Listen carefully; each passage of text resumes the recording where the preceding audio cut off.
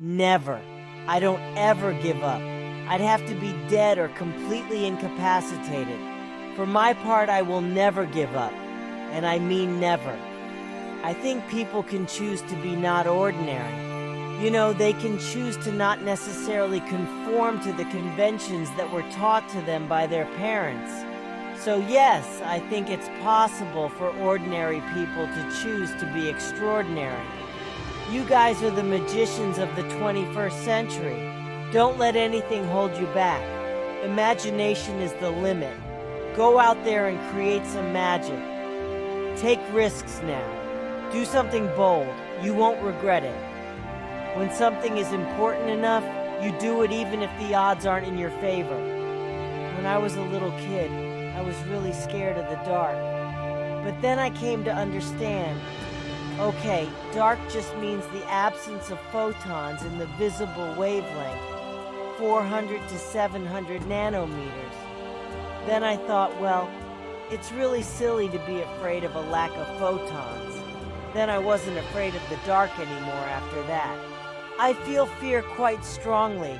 It's not as though I just have the absence of fear. I feel it quite strongly. But there are times when something is important enough, you believe in it enough, that you do it in spite of the fear. People shouldn't think, I feel fear about this, and therefore I shouldn't do it. It's normal to feel fear.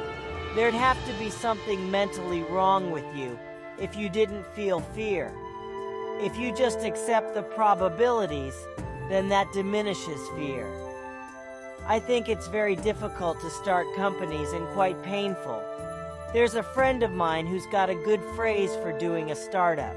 It's like eating glass and staring into the abyss. If you're sort of wired to do it, then you should do it, but not otherwise. If you need inspiring words, don't do it. I think most people can learn a lot more than they think they can. They sell themselves short without trying. One bit of advice. It is important to view knowledge as sort of a semantic tree. Make sure you understand the fundamental principles, that is the trunk and big branches, before you get into the leaves' details, or there is nothing for them to hang on to. I think it's very important to have a feedback loop where you're constantly thinking about what you've done and how you could be doing it better. I think that's the single best piece of advice. Constantly think about how you could be doing things better and questioning yourself.